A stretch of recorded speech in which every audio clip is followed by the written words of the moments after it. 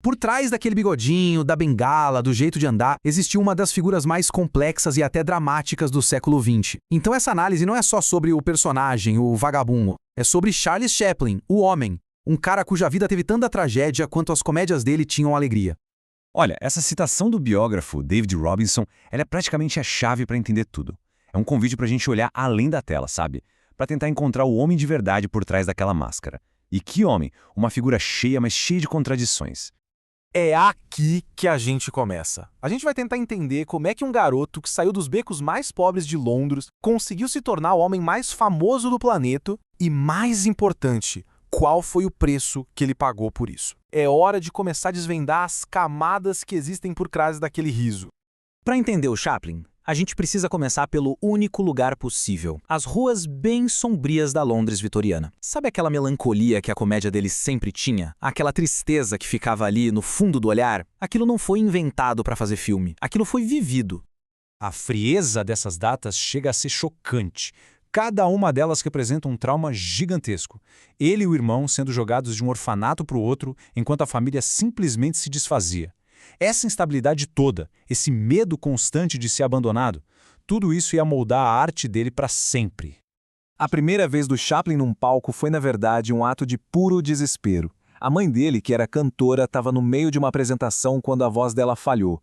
O público ficou revoltado, começou a vaiar. O gerente do lugar, em pânico, simplesmente empurrou o pequeno Charlie, de 5 anos, para o palco. E não é que ele cantou, dançou e encantou todo mundo. Ali nascia um gênio, mas nascia da ruína de outra artista. Anos mais tarde, já um comediante mais experiente, o Chaplin foi para os Estados Unidos com uma trupe de comédia. E essa viagem, nossa, essa viagem não ia mudar a sua vida dele, ia mudar para sempre a história do entretenimento. Foi lá, quase que por acidente, que um dos maiores ícones do século XX nasceu. Isso aqui é brilhante porque mostra a espontaneidade do gênio. O vagabundo não foi planejado por meses numa sala de roteiro, não. Ele foi montado em questão de minutos com peças aleatórias de um guarda-roupa. O Chaplin queria contrastes. Calça larga com paletó apertado, chapéu pequeno com sapato enorme. Ele criou ali uma figura que era, ao mesmo tempo, hilária e digna de pena.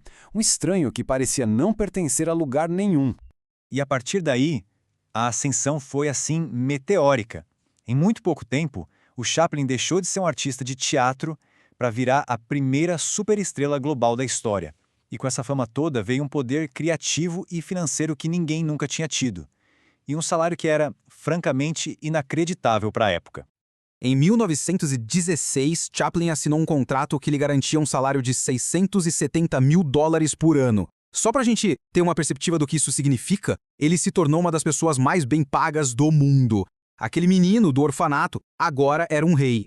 Só que toda essa facilidade que a gente vê na tela escondia um processo de criação que era uma verdadeira tortura. Nos bastidores, ele era conhecido por ser um diretor obsessivo, um tirano em busca da cena perfeita. A leveza que a gente assiste era, na verdade, resultado de um trabalho absolutamente exaustivo. E para se ter uma ideia dessa obsessão, olha só, para o curta Easy Street, que na versão final tinha 2.000 pés de filme, ele chegou a filmar mais de 30.000 pés. Isso é uma proporção de 15:1. Era uma busca implacável, quase doentia, pelo take cômico perfeito. E o Chaplin não era só um artista genial. Ele era também um homem de negócios muito, mas muito astuto.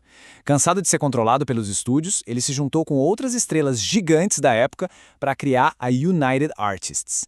Foi, na prática, uma declaração de independência. Eles não iam mais ser só empregados, iam ser os donos do próprio nariz. Mas a mesma América que transformou ele numa espécie de deus também se virou contra ele de uma forma brutal. A adoração mundial que ele recebia encontrou dentro dos Estados Unidos uma série de ataques pessoais e políticos que foram minando a sua imagem. E foi um ataque implacável, vindo de todos os lados. Primeiro, a imprensa o chamou de covarde por não lutar na guerra. Depois, os casamentos e divórcios super conturbados viraram um prato cheio para os jornais. E por fim, no auge da paranoia da Guerra Fria, as ideias políticas dele o transformaram num alvo preferencial do FBI.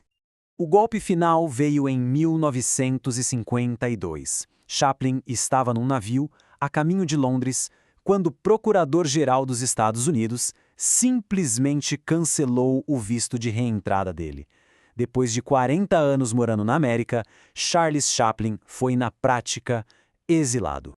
Chaplin então foi morar na Suíça, viveu lá por décadas, exilado. Mas a história dele com a América, o país que o criou e que depois o expulsou, essa história ainda não tinha acabado. Faltava um último ato. 20 anos depois de ser expulso, em 1972, ele voltou a Hollywood para receber um Oscar honorário. O país que o tinha rejeitado, agora, o recebia de volta. E quando ele subiu no palco, o teatro veio abaixo.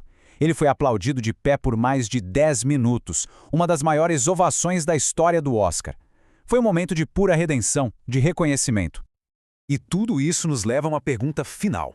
Será que a comédia do Chaplin, aquela mistura tão única de gargalhada com melancolia, só conseguiu existir por causa da dor imensa que ele viveu na infância? Será que para conseguir fazer o mundo rir, ele precisou primeiro conhecer a tristeza mais profunda que existe? Fica aí o paradoxo no coração de um dos maiores artistas que o mundo já viu.